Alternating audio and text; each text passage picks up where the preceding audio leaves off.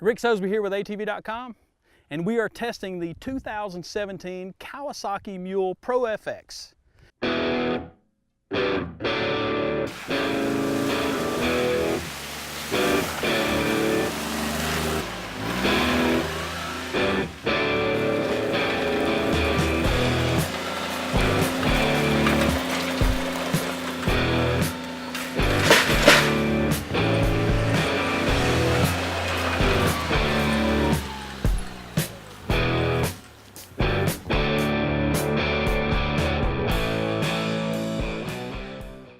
It comes in at a price tag of $14,200, which is an incredible price when you consider the other manufacturers, the other products that are surrounding it.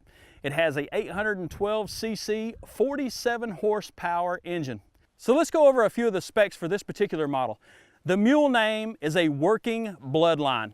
Obviously, you would know that by looking at the specs. It shows it's a 2,000-pound towing capacity. You can put 1,000-pound in the bed. It's not different from anything else in the market, but it's absolutely made for work. You get 10.4 inches of ground clearance. The suspension is a dual wishbone with 8.7 in the front, 8.7 in the rear. Preload adjustable shocks. A weight of 1,802 pounds. This is definitely the heftiest version of the UTV in the working market for this particular segment. The Kawasaki Mule is the biggest vehicle here. It's 64 inches wide, 133 inches total length with a 92-inch wheelbase. So when we think of terms of features for the Kawasaki Mule, let's look at that bed.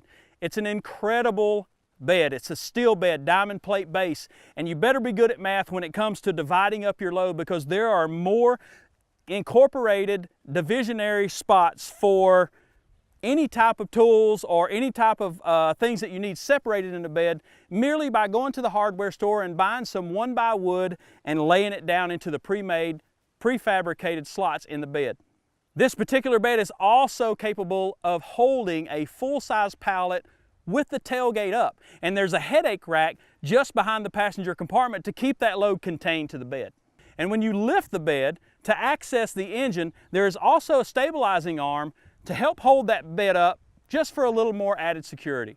With the bed up on this Kawasaki Mule, you can access that 3-cylinder Cherry engine absolutely as easy as you would imagine. Changing plugs, changing oil, servicing that particular engine compartment couldn't be easier. If you look just in front of the bed, there's actually a space approximately 8 to 10 inches wide where you could even store a small toolbox or maybe even a little tackle pack for those days when you get off work. So when you look at the massive construction, the completeness of these machines, the steel bed, the steel heavy frame, these machines are built to last. And Kawasaki backs that up with an industry-leading 3-year warranty, 2 years longer than anybody else in the industry. So as tested, this is their LE model or their limited edition model. And what you get with the LE is LED headlights, all right? Along with your halogen headlights, you get the sporty wheels and you also get a roof. So when you think of luxury inside the cab, the Kawasaki Mule is very basic. You don't get a lot of switches and things really that you don't need. So one thing you notice when you sit down in the driver's seat is you have tilt steering, you have a parking brake. There's no park gear. So when it comes to storage in the cab, there's not a tremendous amount of storage inside this Mule cab. You have a glove box, you have a couple of small pockets on the dash. There are no under-seat storage. And speaking of seating, this seat is completely flat.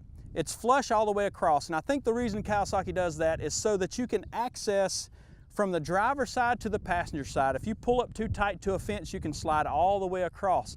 Now, me personally, I like a little bit of bolstering in the seat, maybe make you feel like you're a little more in the machine and inside the seat.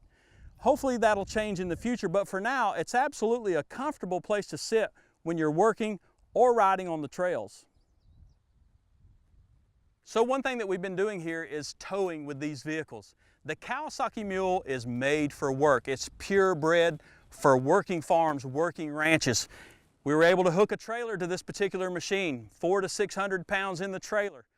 Even with a lot less horsepower than some models in the same category and a little less suspension travel, we never knew this trailer was back there. This machine has a lot of torque. It absolutely pulled any of the hills as good and maybe even better than some of the other machines while we were testing. One thing that we've noticed with other models is that when you hook the trailer up to the hitch in the rear of the machine, the units would sink. The Kawasaki was absolutely unfazed. It did not sink under the weight and absolutely held up to anything that we could put into that trailer. One thing that we did notice on the trail was the longer wheelbase, the longer machine. Some of the water brakes that are built into these roads, this particular machine seemed to scrub more, and on one actually seemed to high center. But with a little bit of nudging, it went right over. That was probably our only issue on the trail, as this could potentially be one of the most comfortable vehicles we drove on these trails. When you think about the Mule name of old, you think about the 610, or maybe way back into 1988 for the Mule 1000. These mules today, the Pro-FX, the Pro-FXT, are extremely comfortable. It's not your daddy's old mule. So if you think you might be interested in a Kawasaki Mule, visit your dealer, sit in it, touch it, feel it. Get a little bit of time in it if you get an opportunity. And if you just want to read about it, visit us at ATV.com and you can get all the specs and our full review of this machine.